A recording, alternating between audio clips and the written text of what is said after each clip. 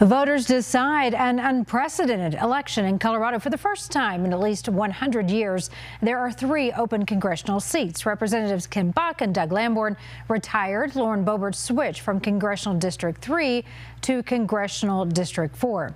Republican Jeff Hurd and Democrat Adam Frisch are vying for her seat in Congressional District 3, which spans the western slope to Pueblo and Trinidad. Hurd is an attorney and native of Grand Junction. Frisch is a business owner and former Aspen City Councilman. In an effort to help you, the voters, make informed decisions, your political reporter Sean Boyd did in-depth interviews with both candidates. Thanks for joining us. I'm political reporter Sean Boyd. I am joined today by Jeff Hurd, who is the Republican candidate in the 3rd Congressional District. Thanks for making the drive here to Denver for this. Happy to be here, Sean. So I want to start by talking about farming, which obviously is a big employer in CD3. How would you address one of the big issues facing farmers is the worker shortage? Yeah. How would you address the undocumented farm workers and then also the H-2A visa program? Well, let me start with the second question first. We need to expand the H-2A visa program and modify it and improve it because there's a better way for us to make sure that our farmers and ranchers have the help that they need. So that's something that I will certainly have as a priority when I'm in Congress. When it comes to folks that are here not legal in our country, first and foremost, we need to secure the border. And that's something that in a Republican majority I will work hard to do. And I don't think my Democratic opponent has that priority in the same way. And he doesn't understand the importance of securing the border. First and foremost, we need to make sure that the people that are here that are helping have an opportunity to connect with legal processes to get our farmers and ranchers the help that they need. I've heard of a solution called a red card, something like that. Not a path to citizenship, but a way to make sure that the people that are here in our country legally are able to work. The other issue facing farmers is really this supply chain issue. How can Congress work to open up more foreign markets for farmers? Great question. We need to do everything we can to get our farmers and ranchers the equipment that they need. Congress needs to take those barriers down. We need to make sure that our farmers and ranchers have what they need to grow the crops that feed our families. It's not just an economic issue for my district, but it's also a food security issue for our state and for our country. Right. Do you support the farm bill that passed the House Ag Committee? It cuts nearly $30 billion from the SNAP program. Yes, I would support the Farm Bill for sure. I think I've heard loud and clear from our farming community that this is something that's essential, making sure that we're doing things like crop insurance and commodity-related issues that allow them to have their livelihoods and continue to grow the food that we eat. So I know you've talked about this in the past, but this has been one of the big issues facing rural communities in CD3 and CD4, this taking of water from rural areas and moving it to urban areas. You know, for example, Douglas County taking it from the San Luis Valley. Do you support that kind of policy? No, I do not. I've been adamantly opposed to that. I would say I would rather grow crops in the San Luis Valley and in Mesa County than houses in Denver and Aurora. Sorry, Sean. And that's something that ag is the lifeblood and water is the lifeblood of our communities in western and southern Colorado. So I've been on the record clear that I oppose that, notwithstanding the false ads that my opponent is airing. That's not true at all and never has been. Would you roll back any in the incentives in the Inflation Reduction Act, and if so, which ones? Good question. I think we need to take them on a case-by-case basis. There is money out there that I think makes sense, but there are a lot of giveaways to big green energy companies that I don't think make that much sense. So I would look at it on a case-by-case basis. Some of them I think are good. Others we should repeal. Are there any climate policies that you would consider repealing? Sure. The first one I can think of right away is the Democrats' war on energy that's happening with our liquefied natural gas terminals. There's been a ban on the construction of those new terminals, and I think as not just Republicans but as a country, we need to recognize that energy is critical. It keeps good jobs, including in my district, but it's also low-cost, abundant energy affects all parts of our economy, from the groceries that you buy, the cost of those, to what you pay at the gas pump, to what you pay in your electric bill. And bad Democratic policies have hurt our state, and they're hurting our country as well. And in Congress, I'm going to push back against those. Should any form of energy be receiving tax breaks, subsidies from the federal government? I think some. It depends. Strategically, for our national interests, we might want to, for our national interests, we may want to look at certain things.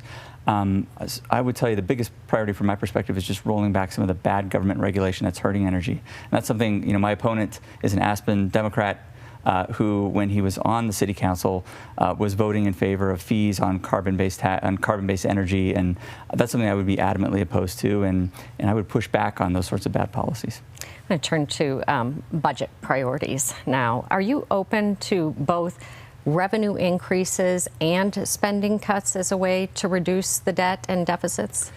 Certainly, we need to look at balancing our budget. That's absolutely something I would be in favor of. How that looks, I think I would need to see what those proposed revenue increases would be, what those spending cuts would be. Certainly, the biggest problem, though, Sean, is on the spending side. We are spending way too much money. So it would be, I'd be hard pressed to look at what revenue increases we necessarily need. I would look more on the spending side of things. The 2017 tax cuts are going to be expiring. Do you support extending those? Yes, I support extending the Tax Cuts and Job Act. Absolutely. I think that's a good thing for my district. It's a good thing for our state, and it's a good thing for our country. How do you offset them then? I think we can cut. There are certain areas of waste, fraud, and abuse that we have in our federal government, across the federal government. There are ways that we can look at making sure that we're spending less, but I would also say the revenue is going to come in if we're creating and stimulating more economic opportunity. So with the Tax Cuts and Job Act, I think we're going to grow our economy, and the revenue, if we're doing it right, we should get more revenue coming in. What is your plan to maintain Social Security and Medicare solvency, both of which the trustees say will go insolvent in the next 10 years? A critical question. That's something that I hear loud and clear in my district, and what I tell people, that particularly those that have paid into Social Security, we need to protect those benefits and make sure that they have them. Long term, I think Republicans and Democrats need to come together and figure out what we can do to solve that solvency issue. And that's something that I don't think one party is necessarily going to have the crystal clear answer to. It's something we're going to have to come together as Republicans and Democrats and make sure that the generation that is to come can also rely on those benefits. What about raising the retirement age, means testing Social Security? Those are things that I'd heard of. I think it would probably need to be part of a comprehensive plan. And again, Republicans and Democrats would need to come together on this. And that's something that I'm certainly, I think we need to have that discussion. But having just a one-sided, just one particular thing on its own, I don't think is going to be enough. It needs to be more of a comprehensive approach. Do you support work requirements for federal assistance programs? Yes, as a general matter, I think it's important that people that are receiving federal assistance are looking for work or trying to work, trying to take care of themselves. I'm not a huge proponent of simple government handouts alone. I realize people have extenuating circumstances, and sometimes that needs to be extended. But as a general matter, I think people should be trying to work.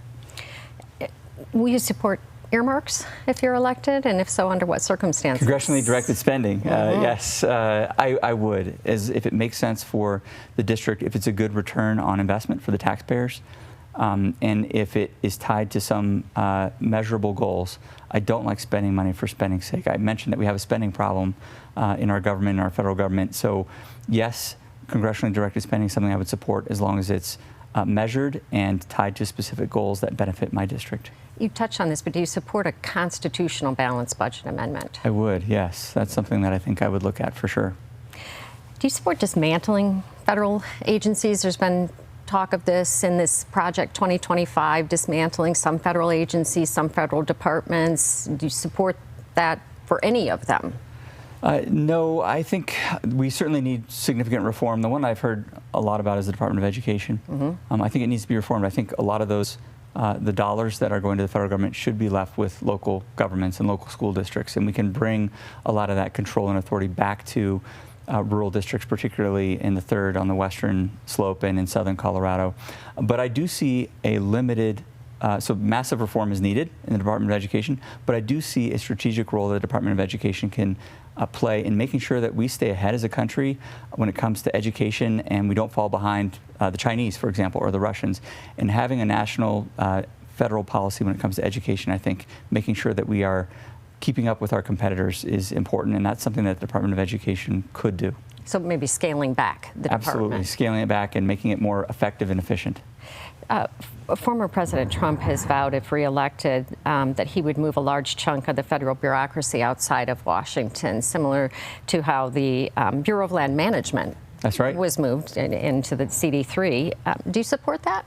I think, yes, depending on the department, that could certainly make sense. One of the problems that we have in Western and Southern Colorado is we have bureaucrats from Washington, D.C. that are thousands of miles away from the issues that we're dealing with. And it's helpful, I think, to have people that are closer to the ground, that see the impact of the decisions that they're making. And so that decentralization in terms of also limiting the size of these bureaucracies is certainly something I think we should consider. Sean returns in a moment to talk about immigration.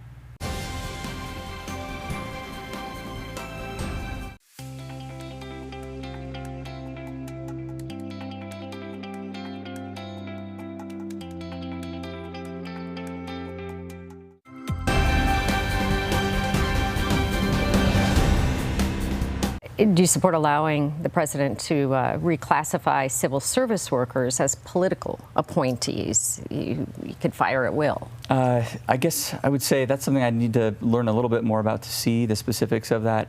I want to make sure that we have a federal workforce that is efficient, that's effective, and that is serving the taxpayers well. And if they're not, then certainly there should be some accountability. But I'm generally somebody that believes that power should remain within each branch of government, and so that would be something that we'd have to think about. So talk about health care. How does the government curb the growth of healthcare spending programs? Healthcare represents about 25% of the budget right now, while maintaining and improving really the quality of care. Easy question there, I know, it's Sean. an open-ended question, Yeah. I know. It is a huge part of our GDP, healthcare spending, and we are not spending it very efficiently at all. I think I would not advocate abolishing the Affordable Care Act wholesale, but I certainly think we need to make some improvements. The things that I would think of would be pricing transparency. It's not always clear how healthcare dollars are being spent effectively, and also finding a way to align healthcare spending with financial incentives for the people that are receiving the care, and motivating families to make healthcare decisions that are economically sound and that are good spend for those healthcare dollars. Colorado has 43 rural hospitals. Half of them are in the red right now. Should the federal government help, and if so, how? I think so. I think we need to make sure that our federally qualified health centers, which are a big deal in Western Colorado and Southern Colorado, and our critical access hospitals, have the resources that they need to provide rural health care. I think our reimbursement rates are things that we should look at, particularly when it comes to rural hospitals. And that's something that critical access hospitals are meant to be receiving. So I think I would say the how answer would be looking at those reimbursement rates. So big pharma, like utility companies, a lot of money. Colorado has a prescription drug affordability review board. Should there be a similar type of board at the federal level, so regulating big pharma sort of like you regulate utilities? Well, I think there are regulations already. I guess I would just need to see what the proposals would be on the federal level. I know prescription drug costs are a big deal for Americans. We need to find the right balance between affordability and also making sure that our research companies, our pharmaceutical companies, are investing in the research that they need to find the cure for the diseases that are ailing our families. So finding that right line, I think, is something that's really important. The U.S. outsources many essential pharmaceuticals like insulin to China. What, if anything, would you do to change that? Well, I'm always nervous about the Chinese having control over the supply chains, particularly when it comes to medicine, but there's all sorts of other areas where we're tied up with the Chinese. I think we need to make sure that we are, when it comes to supply chains and sourcing things like pharmaceuticals, that we are not just relying on one country. I would love to bring some of that back to the United States or to other allied-friendly countries, do so in a cost-effective way. We absolutely cannot rely on only one country like China for critical medical supplies or, frankly, anything.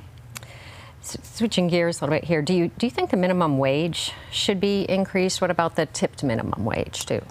I think that most states, like Colorado, for example, we have a minimum wage requirement that's far in excess of the federal one. And when I look at my district, and it's not really as much of an issue of federal minimum wage in my district, given that we're already above that under state law. What role do you think the government should have in establishing workplace policies? So, like, sick leave, paid family and medical leave? Well, I think certainly in Colorado, we've had a dramatic overreach, particularly on the state level. I will tell you, as somebody that represented the small business community, I was a small business owner in Grand Junction, was chairman of the board of the Grand Junction Area Chamber. I see how bad government regulations hurt small business.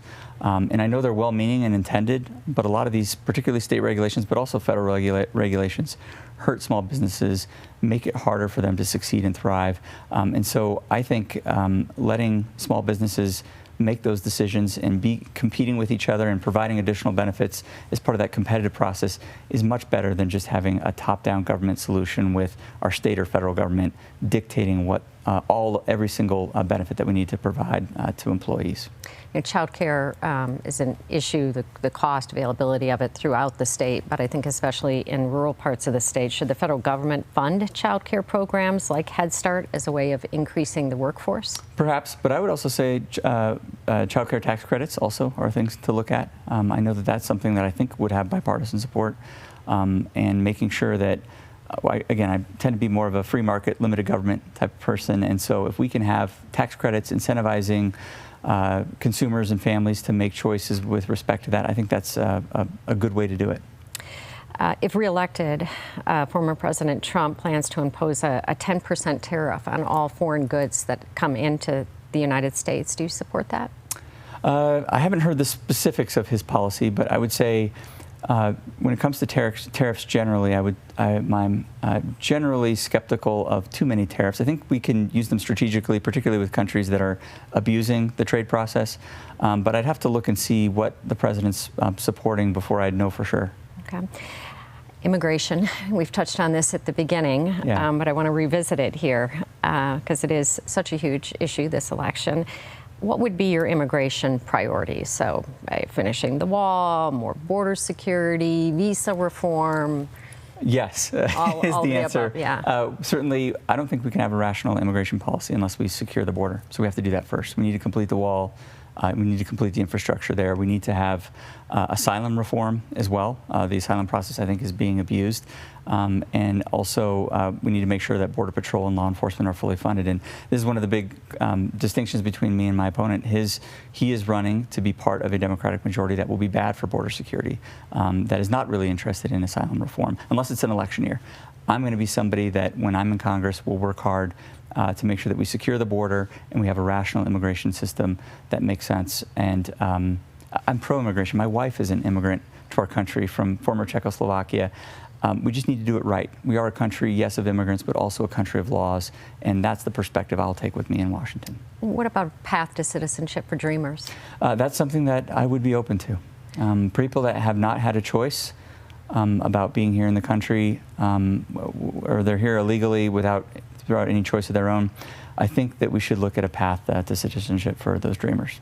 Mass deportations? I think the question for me would be deporting violent criminals first.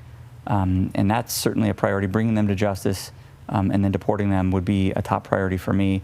I think when you and I talked earlier about what to do with people that are here illegal currently, I think there should be a system where we allow them to go through a process that is not a citizenship process, it's not a right to vote, but that does allow them to connect with, for example, agricultural employers that are looking for help. That's something I think we should also look at as well. Obviously, with Roe v. Wade being overturned, abortion is a big issue. Do you support a federal ban on abortion? I do not, no. I think this is an issue that should be left to the states. Would you oppose taxpayer funding for abortion? I would, yes. Okay. On gun control, would you support a federal concealed carry law or universal background checks, or really any new gun control laws? No, I'm not a big favor of any new gun control laws. I think we need to do a better job of enforcing the laws that are in place. So our final topic, foreign policy. What do you believe the role of the U.S. should be in achieving peace in the Middle East? I think we should be stalwart allies with our friends in Israel. They are our greatest friend and ally in the Middle East.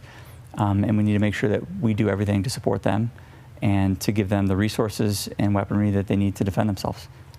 If we lose Israel, then we're next. And so I think we need to do everything we can to support them in the Middle East and have a robust foreign policy that advances American interests by helping our allies like Israel. Do you support aid for Ukraine?